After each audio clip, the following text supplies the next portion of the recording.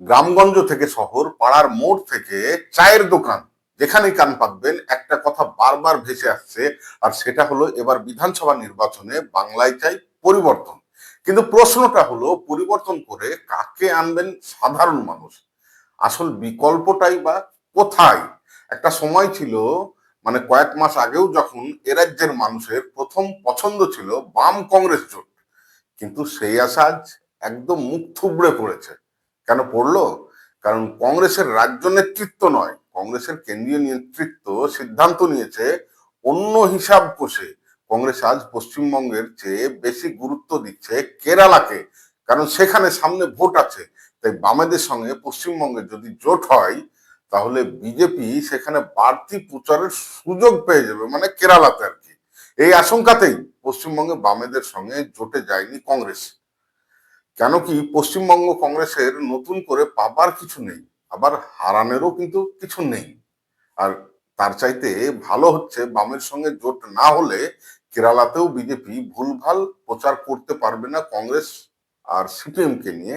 আবার এ রাজ্যেও মমতাকেও খুশি রাখতে পারবে আগামী লোকসভা নির্বাচনের জন্য। মানে ওই আর কি, এক ঢিলে দুই পাখি। সেই কারণেই মমতা বিরোধী অধীর বাবুকে বাদ দিয়ে মমতা ব্যানার্জির প্রতি কিছুটা হলেও দুর্বল শুভঙ্কর বাবুকে কংগ্রেসের রাজ্য সভাপতি করা হয়েছে। ফলে কি হলো, এরাজ্যে এরাজ্যের মানুষের প্রথম পছন্দটাই ভেঙে পড়লো। এখন বামফ্রন্ট একা সঙ্গে আইএসএফ আছে।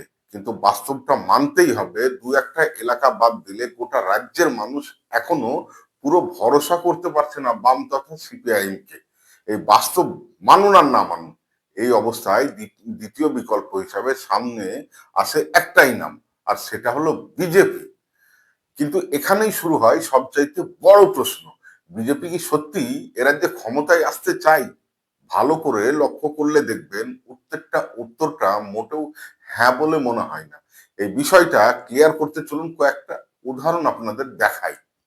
প্রথমত, তৃণমূল কথা বাদেই দিলাম, বাম হোক বা কংগ্রেস, যাদের সংগঠন প্রায় নেই, তারাও কিন্তু পুরো দমে দেওয়াল লেখন শুরু করে দিয়েছে। এমনকি সিপিএম এর রাজ্য সম্পাদক মোহাম্মদ সেলিম ঘোষণা করে দিয়েছে মাত্র প্রথম থেকেই ভোট প্রচার শুরু করে দেবে এই রাজ্যে। অথচ বিজেপিকে দেখুন, মনে হচ্ছে এখনো তারা শীতভূমি ভাঙেনি, নাকি তারা বসে আছে ইডি সিবিআই এর অ্যাকশনের অপেক্ষায়।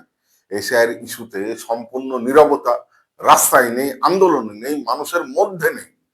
আর একটা বিষয় লক্ষ্য করুন, ইতিপূর্বে যে যে রাজ্যে বিজেপির ক্ষমতায় আসার বাস্তব সম্ভাবনা থাকে, সেখানে কিন্তু কেন্দ্রীয় নেতৃত্ব, মানে বিজেপির যে কেন্দ্রীয় নেতৃত্ব আছে, তারা আগে ভাগেই হাজির হয়ে ঘাঁটি গেড়ে মানে বসে পড়ে। কিছুদিন আগেই বিহারে তার প্রমাণ। প্রধানমন্ত্রী, স্বরাষ্ট্রমন্ত্রী, সর্বভারতীয় নেতারা সবাই মাঠে নেমে পড়েন, কিন্তু পশ্চিমবঙ্গে সেই ছিটে ফোটাও নেই। তাছাড়া কিছুদিন আগে কেন্দ্রে যে বাজেট হলো, সেই বাজেটে পশ্চিমবঙ্গে স্পেশাল কোনো সুবিধাই পেল না।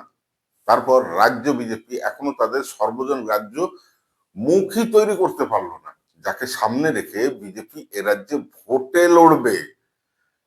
তাহলে প্রশ্ন উঠবেই, এটা কি রাজ্য নেতৃত্বের অযোগ্যতা, নাকি ইচ্ছাকৃত উদাসীনতা, নাকি পশ্চিমবঙ্গকে শুধু ব্যবহার করা হচ্ছে চাপ তৈরির যন্ত্র হিসেবে?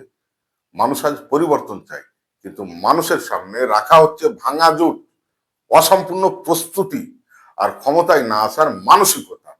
এই অবস্থায় রাজনীতির সবচাইতে বড় ট্র্যাজেডি একটাই, মানুষের পরিবর্তনের আকাঙ্ক্ষা আছে, কিন্তু বিশ্বাস করার মতো শক্ত বিকল্প নেই এ রাজ্যে বর্তমানে। এই প্রশ্নগুলোর উত্তর খুঁজেই আজকের এই ভিডিওটি। এ বিষয়ে আপনারা কি মনে করছেন, কমেন্টে অবশ্যই লিখুন। আলোচনা হোক, কারণ রাজনীতিতে চুপচাপ থাকলে সবচাইতে বেশি ক্ষতিগ্রস্ত হয় সাধারণ মানুষ। ধন্যবাদ।